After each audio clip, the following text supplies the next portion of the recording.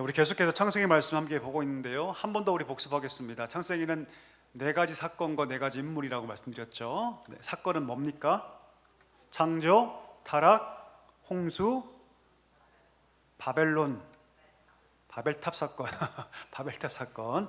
자, 네 인물은 뭡니까? 아브라함과 이삭과 야곱과 요셉. 이 네 가지 인물을 중심으로 마지막 50장까지 그려지게 됩니다. 자, 오늘은 홍수에 관한 두 번째 시간입니다. 자, 한번 질문 드려볼까요? 홍수 심판이 시작되기 전에 비가 있었을까요? 없었을까요? 비가 있었을까요? 없었을까요? 어떻게 아십니까? 성경이 나오죠.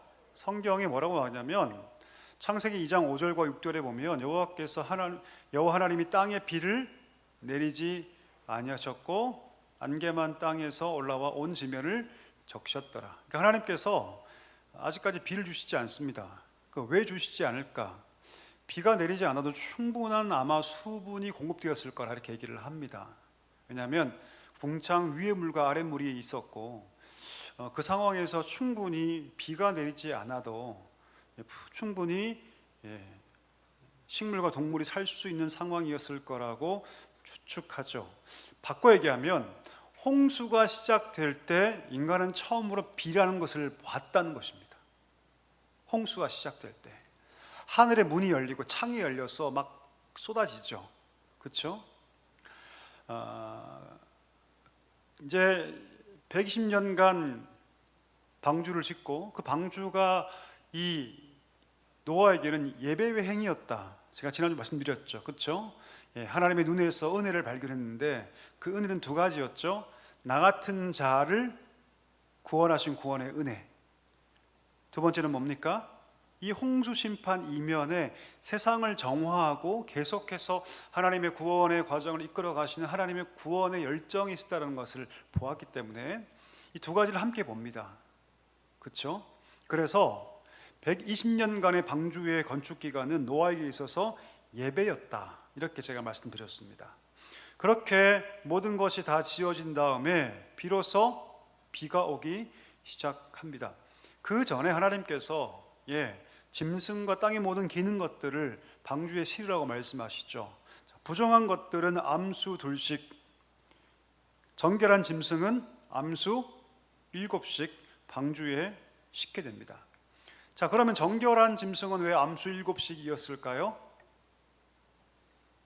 제사를 위한 것이었다라고 성경은 기록하고 있습니다. 그 당시만 해도 여러분 계속해서 하나님께 제사했기 때문에 행여 그 대가 끓일 수 있기 때문에 정결한 짐승과 새는 제사를 위한 것이었다라고 성경은 얘기하고 있습니다. 자, 언제 시작되냐면 노아의 600세, 노아가 600살 때, 일단 제가 정리해 드리겠지만 600세 둘째 날 11의 날에 홍수가 시작됩니다. 그리고 우리가 알듯이 40주야를 40일 아침과 저녁을 계속해서 비가 내리기 시작하죠. 그리고 40주야가 비가 내린 후에 150일 동안 땅에 창일합니다. 그러니까 가득 차 있죠. 가장 높은 상보다도 8급이 이상이니까 엄청나게 높이 물이 전 지구적으로 덮이게 됩니다. 그래서 땅에서 걷고 기는 모든 것들이 다 생명을 잃게 됩니다. 생명을 잃게 되죠. 이렇게 해서 홍수가 진행이 됩니다. 자, 보시면 이제 그 7째 달, 그 다음 해겠죠. 그렇죠? 17일에 방주가 도착하는데요. 자, 제가 이걸 표로 만들어 왔어요, 여러분. 보이실지는 모르겠습니다. 잘 안 보이시죠? 보이십니까? 글씨가 작아서 안 보이시죠? 제가 읽어 드리겠습니다. 자, 600세 2월 17일, 노아의 600세 200 2월 17일 날 기쁨의 샘이 터지고 하늘의 창이 열려서 폭우가 떨어지기 시작합니다. 40일 동안 낮과 밤을 가리지 않고 40주야 비가 오기 시작하죠. 그리고 150일 동안 물이 창일합니다. 그리고 가장 높은 곳보다 15규빗, 그러니까 대략 8m 가까이 높이 모든 것이 다 잠기게 되죠. 가장 높은 산보다 15규빗 이상 높이 물이 덮이게 됩니다. 그 상태로 며칠요 여러분? 150일 동안 그 물이 가득 차 있게 됩니다. 자, 노아의 나이 600세 7월, 그러니까 상당수 처음 비가 내리고부터 5개월 후에 물이 마르기 시작합니다. 5개월 후에. 그리고 방주가 어디에 도착합니까? 아라랏산에 방주가 도착하죠. 그리고 계속해서 3개월까지 계속해서 물이 조금씩 하강하기 시작합니다. 산들의 봉우리가 보이기 시작하죠. 자, 그 다음에 보시면 여러분, 계속해서, 그러니까 5개월 후 2월 17일 날 비가 오기 시작했고, 5개월 후인 7월 17일 날 아라랏산에 배가 딱 정착하게 되는데, 계속해서 물이 이렇게 노출되고, 첫 번째 봉우리가 노출되었던 그날을 기점으로 40일 후에 까마귀를 내보냅니다. 그렇죠? 다시 돌아오죠. 계속 왔다 갔다 합니다. 까마귀가 계속 왔다 갔다 하죠. 왜 그럴까요? 아직까지 정착할 땅이 없었기 때문입니다. 자, 까마귀가 날고 그 이후 7일 날 다시 비둘기를 1차로 보내죠. 그리고 돌아옵니다. 또 다시 7일 후에 비둘기를 두 번째 또 보냅니다. 그때는 무슨 잎사귀를 물고 옵니까? 감람새 잎을 물고 오죠. 무슨 말입니까? 이미 수위가 많이 낮아졌다는 것을 의미하죠. 자, 7일이 지나서 마지막으로 비둘기를 보내죠. 그렇죠? 그러니까 비둘기를 총 몇 번 보냅니까, 여러분? 3번 보내요. 3번. 예, 3번. 한 번은 갔다가 그냥 오고요. 한 번은 갔다가 감람새 잎을 입에 물고 옵니다. 마지막 3번째는 돌아오지 않습니다. 왜 안 돌아왔을까요? 집 나간 탕자가 아니라 정착한 거죠. 그렇죠? 새가 서식할 수 있는 환경이 되니까, 동물들은 그거 정확하게 알잖아요. 새가 정착할 수 있는 환경이 되니까 오지 않았던 거죠. 자, 그래서 여러분 600세 2월 17일 날 비가 오기 시작했는데, 자, 601세 1월 1일 날 방주의 덮개를 제거합니다. 그리고 땅의 지면이 드러나기 시작해요. 산의 물은 이미 말랐고, 그렇죠? 땅의 지면이, 노아의 나이 601살 1월 1일 날 땅에 물이 말라서 땅이 드러나기 시작합니다. 그리고 2달 가까이 지나죠. 2월 27일 날 모든 생물이, 땅이 말랐기 때문에 땅이 마르기 시작한 시점으로부터 2달 정도죠. 2월 27일 날 방주에서 생물이 나오기 시작합니다. 자, 한번 다시 정리해 볼까요? 언제 비가 처음 옵니까? 노아의 나이 600세 2월 17일 날 비가 오기 시작하죠. 그리고 40주야를 비가 내리고, 40주야가 비가 내리고 하늘의 문이 열리고 땅에 모든 물이 솟아나서 있을 때 150일 동안 그 물이 어떻게 됩니까? 창이랍니다. 가장 높은 봉우리보다 15규빗을 높게 물이 완전하게 덮이게 되죠. 자, 그리고 5개월 지나서, 그러니까 2월 17일 날 비가 오기 시작하는데 5월 지나서 7월 17일부터 물이 하강하기 시작합니다. 그리고 그때 이 방주가 아라랏산에 도착하게 되죠. 계속해서 까마귀를 내보내고, 자, 마지막으로 7일 사이로 비둘기를 3번 보냈을 때, 마지막 비둘기가 돌아오지 않은 것을 보게 되죠. 601살 1월 1일 날 지면이 드러납니다. 지면. 그러니까 봉우리는 거의 다 말랐고 이제 지면이 마르기 시작하죠. 그때 나가지 않고 2달여를 그냥 그 방주에 삽니다. 자, 지면이 말랐다는 것은 여러분 더 이상 배가 움직이지 않는다는 뜻이죠. 그렇죠? 계속 그 아라랏산에 그 배가 정착해 있는 겁니다. 물이 말라가면서 배도 당연히 계속해서 밑으로 떨어졌겠죠. 그렇죠? 예. 그래서 그 아라랏산 인근의 배가 머물러 있는 상태에서 2달을 더 보낸 거죠. 2월 27일 날 601살 2월 27일 날 모든 생물이 방주에서 나오게 됩니다. 자, 그림이 그려지시죠? 예. 자, 그러면 왜 이렇게 홍수의 사건을 마치 무슨 부하가 상사에게 보고서 쓰듯이 정확하게 기록할까요? 그 이유가 뭘까요, 여러분? 그 이유가 뭘까요? 정확하게 기록한 이유가 있죠. 그 이유가 무엇이냐면 이것이 사실이라는 거예요. 이것이 지어낸 얘기가 아니라 이것이 명확한 사실인 것을 보다 구체적으로 설명하기 위해서 창세기 이런 부분이 등장하지 않거든요. 막 날짜까지 기록하면서 하지 않거든요. 근데 이 창세기에서 유일하게 날짜까지 다 기록하면서 날을 계산해서 한 기록지는 여기밖에 없습니다. 그만큼 노아의 홍수는 중요하고 역사적인 실제 사건인 것을 보여주기 위해서 이 날짜를 다 기록하고 있다는 것을 알아야 합니다. 자, 그렇게 여러분 노아가 방주에서 나오게 됩니다. 자, 홍수가 끝나자 하나님 노아를 기억하시죠. 8장 1절에 보면 우리 한번 볼까요? 창세기 펴셔서 8장 1절 한번 볼까요? 8장 우리 본문 맨 앞에 보시면 하나님이 노아와 그와 함께 방주에 있는 모든 들짐승과 가축을 기억했다고 얘기합니다. 자, 기억했다는 것은 무엇이냐면 하나님이 그 은혜의 대상으로 그들에게 은혜를 베풀었다는 뜻입니다. 그래서 하나님께서 은혜 안에 이제 물이 마르게 하신다는 거예요. 이제 심판은 완료됐고 하나님의 심판은 완료됐고 물을 마르게 하시는데 만약 심판이 목적이었다면 물을 마르게 할 필요가 있습니까? 없습니까? 없죠. 그냥 그 상태를 두면 됩니다. 심판에는 양면성이 항상 있죠. 제가 늘 드리는 말씀인데 심판과 함께 회복이 있습니다. 계시록도 보면 하나님 무조건 심판하고 끝나지 않죠. 그렇죠? 그 후면에는 뭐가 있습니까? 뒤에는 회복이 있죠.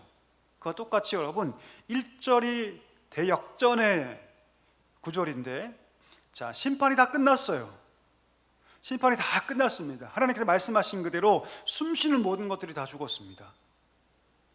그때 하나님께서 언약 백성으로 택하신 자들을 기억하셔서 물을 마르게 하시는 거죠. 물을 마르게. 그래서 말을 계속 말리셔서 그 백성이 새로운 곳에서 새로운 하나님의 역사를 써갈 수 있도록 하셨다는 것, 이것이 하나님의 기억하심입니다. 자, 밑에 제가 글을 적어놨는데요, 같이 한번 읽어볼까요? 시작. 하나님의 백성들은 하나님을 잊어버릴 수 있지만 하나님은 당신의 백성들을 기억하신다. 백성들은 신실치 못할지라도 하나님은 신실하심을 버리지 않으신다. 이 8장 1절이 여러분 심판과 회복을 가르는 가장 중요한 분수령입니다. 가장 중요한 말씀입니다. 하나님이 기억하셨다. 바꿔 얘기하면 하나님이 그 언약 백성을 향하여 이제 은혜를 베푸기 시작했다. 요한계시록도 분명히 갈라지죠. 그렇죠? 심판이 있지만 심판이 다 끝나고 하나님의 위대한 회복의 역사가 계시록에 그려지고 있는 것, 똑같은 패턴으로 노아의 홍수는 보여주고 있다는 것이죠. 그 핵심 구절이 바로 기억하셨다는 것입니다. 기억하셨다. 자, 그러면 우리가 계속 얘기했던 거죠. 이 노아의 홍수가 과연 전 세계적이었는가? 어떤 사람들은 이 홍수가 메소포타미아 지역에 국한된 홍수였다고 주장합니다. 그런데 성경에 분명히 얘기하죠. 7장 19절에 보니까 천하의 높은 산이 다 어떻게 되었다? 다 잠겼다라고 성경은 분명히 얘기합니다. 하늘에 있던 물이 다 떨어지고 깊음의 샘들이 다 터지고, 그래서 땅에 존재하는 모든 숨쉬는 것들은 다 생명을 잃게 됩니다.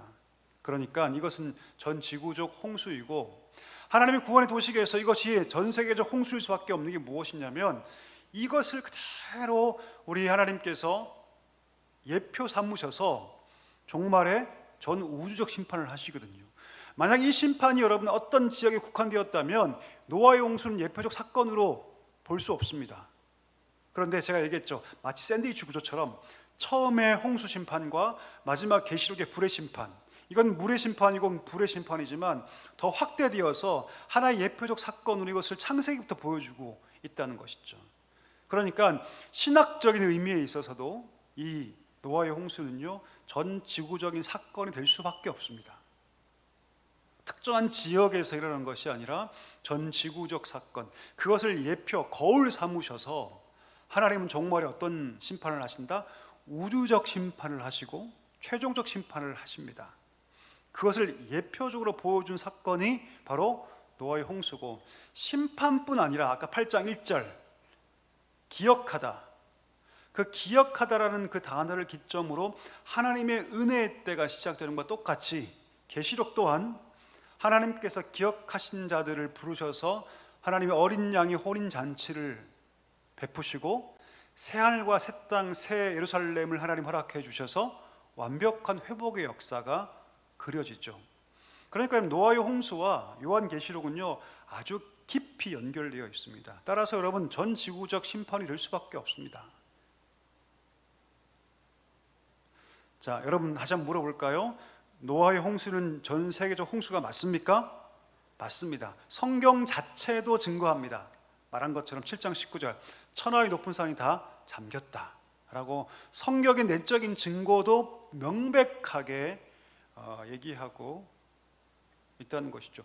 왜 노아의 홍수가 이렇게 중요하게 창세기에 다뤄집니까? 노아의 홍수를 통해서 여러분, 너무나 많은 신학적 주제가 다 다뤄지기 때문이에요. 방주가 누구세요 여러분? 무엇을 예표합니까? 그리스도와 교회를 예표해요 여러분. 노아와 그의 가족은 누굽니까? 하나님의 선택받은 자들이에요. 그가 의롭다고 말하지만 그 탐임이라는 단어는 제가 지난주에 얘기했죠. 그렇죠? 그가 도덕적으로 행위적으로 의롭다는 뜻이 아니에요 사실요. 그가 하나님과 행하기 위해서, 동행하기 위해서 몸부림쳤던 그 신실함과 열심을 하나님께서 의롭다고 평가할 뿐이에요. 우리도 마찬가지죠 여러분, 그렇죠? 우리가 행위적으로 하나님께 의롭습니까? 그렇지 않아요. 우리의 의로움은 그리스도의 의가 전가되어서 그와 연합되어서 하나님 우리를 법정적으로 의롭다고 평가할 뿐, 하나님 그리스도와 구별되어서 본다면 우리 의롭지 않습니다 사실요. 우린 다 죄 아래 출생했고 죄 아래 살아가고, 그렇죠? 노아의 방주는 너무나 많은 것들을 사실 보여줍니다.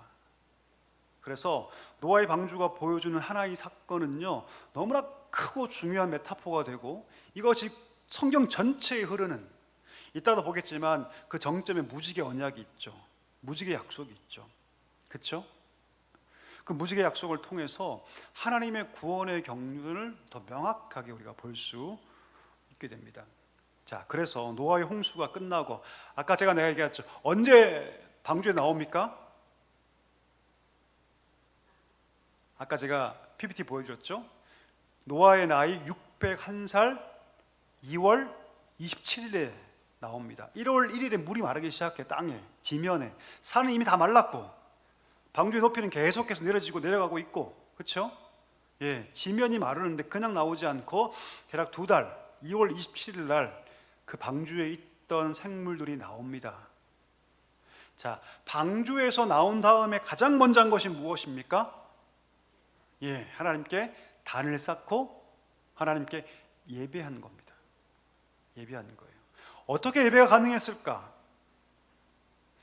폐허 아닙니까? 생각해 볼게요 여러분. 폐허, 엄청난 폐허 아닙니까? 사람이 다 죽어 있고 동물이 다 죽어 있고 그렇잖아요. 근데 그 한복판에서 단을 쌓고 정결한 짐승을 잡아서 어떻게 제사를 할 수 있을까요? 그 이유는 앞서 얘기했던 여호와의 눈에서 은혜를 발견했기 때문입니다. 이게 끝이 아니라는 거예요. 하나님께서 나와 우리 가족을 통해서 하나님의 그 일들을 계속해서 이루어갈 것을 믿었기 때문이죠. 하나님의 은혜를 발견했기 때문에 처참한 폐허의 현장에서도 노아는 하나님께 예배할 수 있었다는 것이죠. 처음으로 나와서 한숨 쉰 게 아니라 여호와께 제단을 쌓은 겁니다. 그때 하나님께서 언약을 갱신하시죠. 언약이 뭡니까? 처음에 아담과 맺었던 언약, 그것을 여러분 똑같이 갱신하세요. 생육하고 번성하여 땅에 뭐하라? 충만하라. 최초 아담에게 하신 말씀을 그대로 하시는데 뭘 주시면서? 복을 주시면서. 복을 주시면서. 똑같은 도식이죠. 똑같이 복을 주시면서 처음 아담에게 주셨던 그 말씀을 똑같이 하십니다. 자, 그런데 여러분, 노아의 홍수 사건 이후에 그들이 601세 2월 27일 날 방주에서 나온 다음에 새로운 하나님께서 말씀을 주시는데, 자, 동물을 먹을 수 있다라고 말씀하세요. 자, 전에는 동물을 먹을 수 있습니까? 없습니까? 없어요. 하나님께서 동물을 먹는 것을 아예 금하셨습니다. 아예 금하셨어요. 구워 먹든 삶아 먹든 아예 먹지 말라고 말씀하시거든요. 허락하지 않으시는데, 노아의 홍수 사건 이후에 하나님께서 동물을 마치 채소같이 먹을 수 있도록 허락하시죠. 단서 조항이 붙습니다. 어떤 단서 조항이죠? 피째 먹으면 안 됩니다. 바꿔 얘기하면 생고기로 먹으면 된다, 안 된다? 안 된다. 그 이유가 뭘까요? 그 이유가 뭘까요, 여러분? 피의 의미 때문입니다. 우리가 밑에 한번 읽어볼까요? 같이 읽겠습니다. 시작. 생명은 너무나 거룩하기 때문에 하나님만이 받으실 수 있도록 생명을 상징하는 피는 땅이나 제단에 뿌려져야 했다. 땅의 주인이 누구세요? 하나님이시죠. 그렇죠? 제단의 주인이 누구십니까? 하나님이시죠. 그래서 제사할 때 피는 제단에 쏟거나 땅에 뿌립니다. 피의 주인이 누구다? 하나님이세요. 내가 그 피를 먹어버리면 내 거예요, 여러분. 마치 뭐가 같냐면 피를 제단과 땅에 붓는 것과 같은 것을 내가 내 몸에 집어넣어 버리는 거죠. 여러분, 피가 들어가면 피가 나옵니까 밖으로? 아니죠. 완벽하게 소화되죠. 내가 되죠. 내 몸이 되고 내 살이 되죠. 그렇죠? 그러니까 이 피를 먹는 것을 여러분, 생명의 주권을 인간이 해야 하는 것으로 이해하시는 거예요. 생명의 주권이 누구한테 있습니까, 여러분? 하나님께 있죠. 그렇죠? 생명의 주권이 하나님께 있는데 내가 그것을 피째 먹는 것은 그 생명의 주권을 하나님께로부터 강탈하는 거예요. 빼앗는 거죠. 그러니까 절대 피로 먹지 말라라고 하나님께서 단서 조항을 맺습니다. 생명의 주권이 하나님께 있기 때문이죠. 이것을 상징적으로 하는 행위가 바로 그 피를 땅이나 제단에 쏟는 것. 레위기 17장에 잘 나오죠. 그게 가축이 됐든 사람이 됐든 간에 그 주권이 누구에게 있다? 하나님께 있다. 자, 그러면 여러분, 우리가 요즘에 육회 먹잖아요. 육회 드십니까, 여러분? 안 드세요? 저는 좋아하거든요. 어릴 때 저희 부모님은 육회를 못 먹게 하셨어요. 지금 생각해보면 좀 아쉽습니다. 그때 진작에 좀 먹을 걸. 어릴 때는 여러분, 저희 부모님이나 어릴 때 아직까지 한국교회 안에 이런 어떤 그 언약의 점진성이나 완성의 기준을 몰랐기 때문에 그냥 문자적으로 봤어요. 돼지고기 먹지 말라 그러네. 오늘부터 돼지고기 금지. 비늘 없는 고기 먹지 말라 그러네. 장어 금지. 뭐 이런 겁니다, 여러분. 그렇죠? 그리스도 안에 이 구약의 율법이 어떻게 완성되어 폐기되었는가를 알지 못했어요. 목회자들도 그렇게 설교했고요. 예, 그렇게 했습니다, 다. 그래서 이 말씀 그대로를 받아서 문자적으로만 받아서 피 있는 음식을 먹지 않았어요. 자, 그러면 신약 백성들은 피 있는 음식 먹어도 됩니까? 안 됩니까? 됩니다. 육회 마음껏 드십시오. 가서 비늘 없는 장어 엄청 맛있습니다, 여러분. 얼마 전에 제 동기 목사님이 장어를 사주셨는데요, 너무 맛있더라고요. 제가 배 터지게 먹었습니다. 만약 우리가 구약 백성이라면, 그렇죠? 예, 지금 제7일 안식일교 같은 이단들은요 안 먹습니다. 안 먹어요. 그들은 여전히 율법을 지키거든요. 잘못된 거죠. 이단이죠. 예. 더 이상 우리가 그런 율법의 행위를 통해서 의롭다함을 받는 존재가 아니에요. 그건 몽학 선생이죠. 초등교사. 예. 참 의를 가르치기 위해서 진정한 의를 향하는 중간 과정, 교육 과정일 뿐, 참 의가 오셔서 그 의를 통해서 우리가 구원받는 것이지, 물고기를 먹고 안 먹고 비늘 있는 것을 먹고 안 먹고 피체 있는 것을 먹고 안 먹고 그건 중요하지 않습니다. 자, 첫 번째, 피의 주권이 하나님께 있다. 두 번째 또 의미가 있어요. 피로 그 생명을 속하기 때문입니다. 나중에 보면 제사 때 여러분 짐승을 죽이잖아요. 그렇죠? 짐승을 죽일 때, 그렇죠? 피를 하나님께 드립니다. 아까 말한 것처럼 단에 뿌리거나 땅에 쏟죠.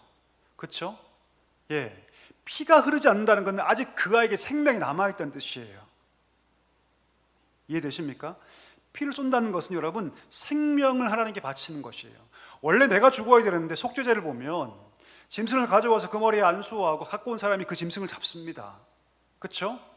예, 안수한다는 것은 그 상대방과 내가 동일화된다는 의미예요. 안수에 여러 가지 의미가 있는데 대표적 의미가 무엇이냐면 대상과 나의 동일화예요. 동일화.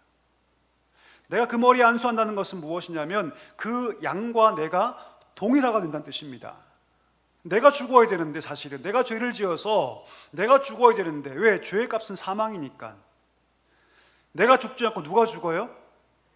예, 어린 양이 죽어요. 짐승이 죽습니다. 예, 짐승이 죽어요. 그 피를 하나님께 다 쏟죠. 더러운 건 다 버립니다. 더러운 건 못 버려요, 여러분. 내장, 똥 이런 건 다 버립니다. 그리고 하나님께 드릴 만한 것들을 다 각을 떠서, 왜요? 각 뜨지 않으면 시간이 많이 걸리고 탄내가 나고 그렇거든요. 각을 다 뜹니다. 고기를 잘게 잘라요. 각을 뜬다는 것은 여러분, 정육점 가면 막 뭉텅이로 고기 팔지 않죠. 삼겹살 보면 이렇게 다 잘라져 있죠. 그게 각을 뜬다는 뜻이거든요. 그렇게 하나님께 불에 태워드리면 향기로운 냄새를 하나님께 올려드리는 거죠. 피는 썩고, 그렇죠? 나머진 것들은 완전히 화제로 하나님께 드려지는 것이죠. 그때 비로소 내가 죽어야 되는데 양이 죽죠. 내가 생명을 하나님께 드려야 되는데 하나님의 공의의 관점에서 그 피를 하나님께 드림으로 피가 나를 속하는구나 라는 것을 알게 되죠. 더 나아가서 왜 피를 금하십니까? 피를 소중하게 보라는 거죠. 왜요? 나중에 예수 그리스도께 십자가에 피를 흘리시거든요. 마치 구약의 제사에서 어린 양이 그 피를 흘림으로 내 죄를 속했듯이, 그 제사는 불완전하지만 하나님의 그리스도의 제사는 시간과 공간을 초월하기 때문에 과거에 있던 구약의 제사 또한 시간을 초월하여서 미래적 그리스도의 그 십자가의 그 유효성이 구약의 그 제사에 동일하게 적용되거든요. 하나님 받으세요. 그래서 짐승 한 마리와 사람 한 마리는, 사람 한 마리가 아니죠, 여러분. 사람 한 명은 여러분 이퀄의 관계가 아니지만, 그렇죠? 어떻게 사람 한 명과 동물 하나가 이퀄의 관계가 될 수 있습니까? 불가능하죠. 그게 불완전하죠, 사실은요. 사람이 죽으려면 사람만큼의 짐승이 죽어야 돼요, 사실은요. 근데 그 짐승 한 마리를 하나님 받으신다고, 불완전한데 받으시죠. 왜 받으실까요? 하나님께서 그리스도의 십자가의 구속의 효력은 그 사건을 기점으로 미래만 있는 것이 아니라 어떻게 해요? 시간을 초월해서 과거에 구약에 행해졌던 하나님의 그 구약의 짐승의 제사 또한 어린 양의 대속 때문에 그걸 받으시는 거예요. 그러니까 그리스도의 십자가의 대속의 그 유효성은 과거와 현재와 미래를 다 덮는다는 것이죠. 이게 되십니까, 여러분? 이해가 되세요? 구약에서 하나님이 구약의 제사를 받으신 이유 누구 때문이었다? 예수 그리스도 때문이에요. 우리가 볼 땐 그게 미래적 사건이지만 시간을 초월하에 계신 하나님의 관점에서는 그 제사의 효력은 과거와 현재와 미래를 초월합니다. 다 덮고 남아요. 그래서 이퀄의 관계가 성립되지 않지만 하나님께서 구약의 그 짐승의 제사도 받으신 거예요. 이걸 기억해야 합니다. 정리할까요? 왜 피째 먹지 말라 말씀? 피의 주권이 하나님께 있기 때문에. 그렇죠?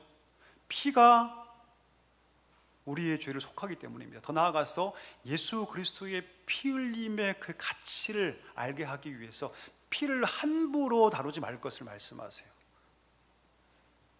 자, 그래서 여러분 말씀 구절 한번 읽어볼까요?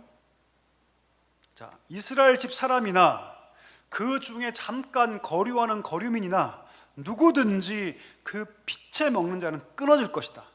죽는다는 뜻입니다. 육체의 생명이 피에 있는데 이 피를 너에게 주어서 그 제단에 뿌려서 생명을 속죄하게 하는데, 생명이 피에 있기 때문에 피를 흘린다는 것은 생명을 하나님께 바치는 거죠. 피가 결국 그 죄를 속하게 한다.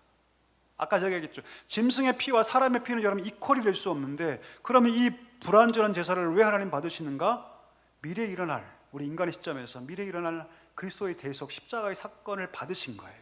하나님께서 그 효력이 과거와 현재와 미래를 덮고 남는다는 것이죠. 그 밑에도 보면 레위기 17장 14절, 모든 생물은 그 피가 생명과 일체라. 피가 있다는 것은 여러분 생명이 있다는 뜻이죠.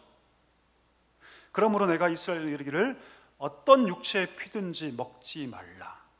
육체의 생명 그것의 피인즉 그 피를 모든 먹는 자는 끊어지리라. 피의 주권이 하나님께 있고, 기본적으로 그렇죠? 피의 주권이 하나님께 있고,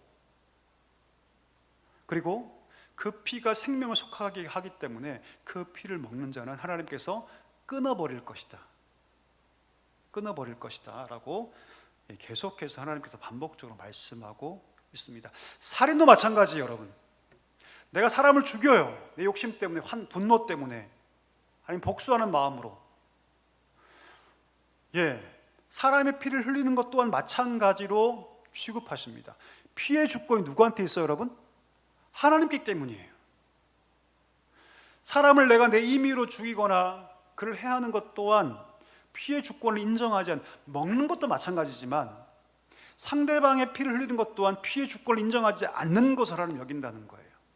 그래서 하나님이 자기 형상대로 지었다는 것은 그 주권이 하나님께 있다는 뜻입니다. 그 사람의 주권이 하나님께 있으니까 그 사람의 피를 내가 함부로 흘릴 수 있다 없다? 없다는 뜻이에요. 이 두 가지를 같이 봐야 합니다. 그래서 하나님께서 피 또한 마음대로 흘리지 말라라고 말씀하시죠. 그냥 하나님께서 육식을 허락하셨다는 게 아니라 그 육식을 한편으로 허락하시면서 그 이면에는 그 피의 의미와 중요성을 새로운 시대를 열어가는 노아와 그의 가족들에게 말씀하셨고, 이것이 나중에 후대에 와서 율법 안에서 명시화됩니다. 명확하게 기록이 되죠. 그리고 구체적으로 제사를 통해서 명확하게 그것이 적용되기 시작하고 나중에 그리스도를 통해서 이것이 완성됩니다. 완성됩니다. 우리가 나중에 예수님의 죽으심 이후에 그 피를 계속해서 기념하죠. 그렇죠? 무엇을 통해 기념합니까, 여러분? 성찬식을 통해서 기념합니다. 예수님께서 그 잡히시던 그날 예수님께서 잔을 나눠주시면서 이것이 뭐다? 내 피다라고 말씀하시죠. 내 피다라고 말씀하시면서 그의 피의 의미를 우리 안에 각인되도록 하십니다. 피는 곧 생명이니까 그리스도께서 나를 위해 죽으셨구나 라고 우리가 믿음으로 고백하는 그 계속해서 기억하는 일들이 주님 오시는 그날까지 이루어진다고 말씀하고 있는 것이죠. 자, 그러고 다시는 홍수로 멸망하지 않겠다는 언약의 표시로 무지개를 허락해 주십니다. 자, 질문해 볼까요? 그러면 인간의 악이 멈춥니까? 여러분, 여기서 노아의 때에서 인간의 악이 멈춥니까? 아니요. 더 악해집니다. 사람은 과거와 진배 다름없이 인간의 악은 계속해서 악해지는데, 그러면 노아의 홍수를 또 하셔야 돼요. 2번, 3번 계속 하셔야 됩니다. 그렇죠? 근데 하나님께서 다시는 물로 심판하지 않겠다고 말씀하시죠. 자, 그래서 그 표로 무지개를 주시는데 그 이유가 뭘까요? 그러면 이 무지개에 어떤 의미가 있을까요? 그럼 하나님께서 더 이상 그 창궐한 인간의 악을 내가 방관하겠다는 뜻입니까? 그렇지 않아요, 여러분. 그렇지 않습니다. 이 무지개를 히브리어 원어로 보면 그 활, 여러분 활 알죠? 활과 화살이 있는데 무지개 모양이 어떻습니까? 이렇게 돼 있죠. 이렇게. 혹시 U자형 무지개를 본 적 있으십니까? 저는 한 번도 본 적이 없어요. 무지개는 다 어떤 모양이에요? 이렇게 돼 있습니다. 무슨 형이, 아치형이라고 할 수 있겠죠, 그렇죠? 근데 이 히브리 원어를 보면 활이란 뜻도 있어요. 그래서 성경학자가 뭐라고 얘기하냐면 하나님이 스스로 자신에게 활을 겨누셨다. 그러니까 내 목에 스스로 내가 칼을 두고 나 죽어도 이 세상을 물로 심판하지 않을 거야라는 자기 확신, 자기 선언이라는 거죠. 활을 여러분 이렇게 하늘을 향해 겨누는 거예요.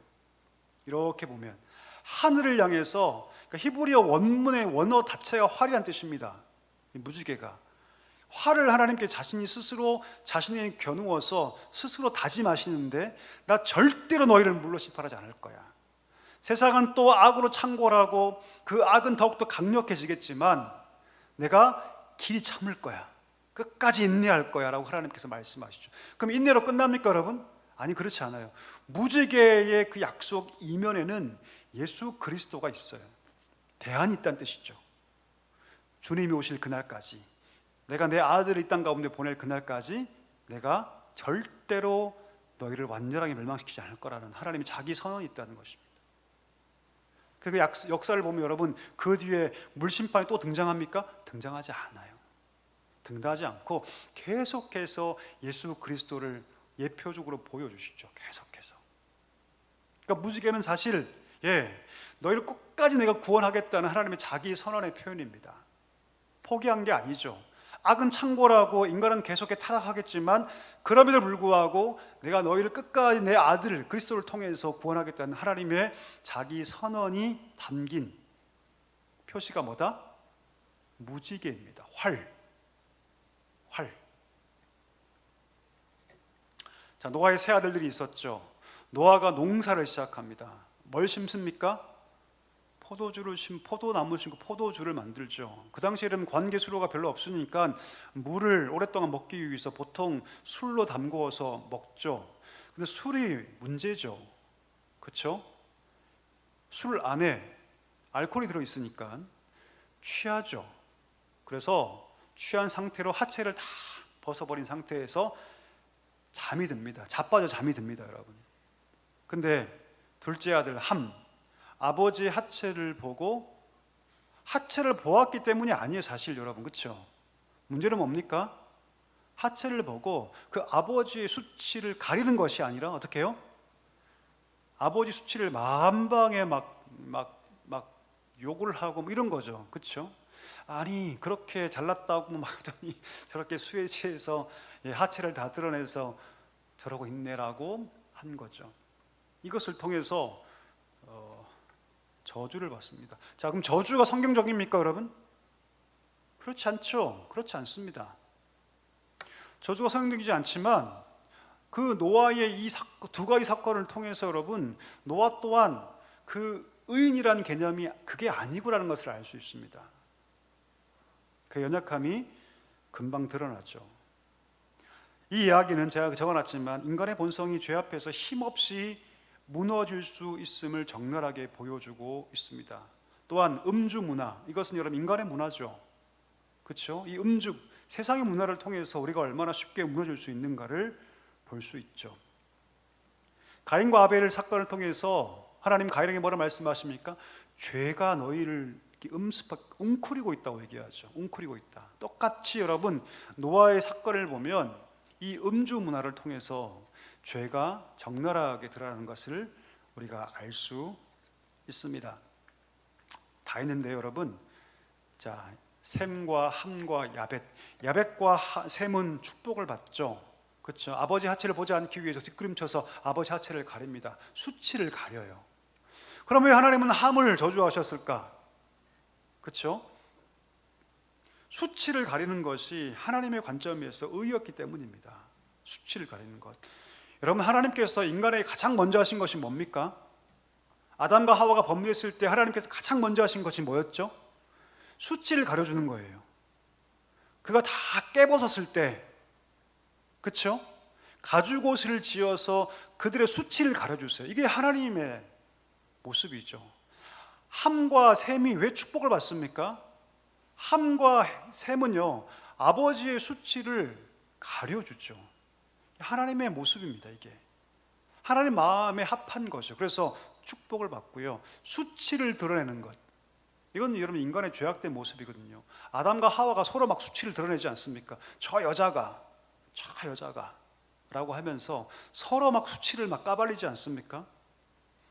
그건 여러분 사단의 본성이죠. 함은 여러분 사단의 본성을 그대로 따라갑니다. 저주를 받죠. 그래서 야벳 자손은 유럽과 소아시아에 정착하고, 셈의 자손은 우리가 알듯이 아브라함과 다윗과 예수 그리스도의 족보를 이어갑니다. 함의 자손은 가나안과 애굽과 아프리카에 정착하게 되었다고 성경은 기록하고 있습니다. 자, 노아의 홍수 사건은 여러분 그냥 옛날 이야기 정도가 아니라 사실 성경 전체를 볼 수 있는 하나의 예표적 사건입니다. 그 홍수 사건을 통해서 여러분 하나님의 열심도 보지만 그 하나의 사건을 통해서 마지막에 이루실 하나님의 최종적 심판과 회복까지도 우리가 미리 예표적 볼 수 있는 사건이 뭐다? 노아의 홍수이고요. 방주 그리고 노아와 그의 가족들은 신약의 교회와 성도를 그대로 예표합니다. 나중에 술 취하고 둘째 아들을 저주한 걸 보면서 여러분, 노아의 그 의가 도덕적으로 혹은 행위적 의가 아닌 것을 우리가 알 수 있죠. 탐임, 그것은 그냥 하나님과 동행하기 위해서 몸부림치는 그 열심을 상지 못하는 것입니다. 우리의 의로 방주에 들어가는 것이 아니라 하나님의 눈에서 은혜를 발견하는 자만이 들어갈 수 있다는 것을 노아가 그대로 보여주고요. 이것이 신약 전체에서 흘러가는 가장 중요한 주제가 된다는 것을 여러분 기억할 수 있게 되기를 소망합니다.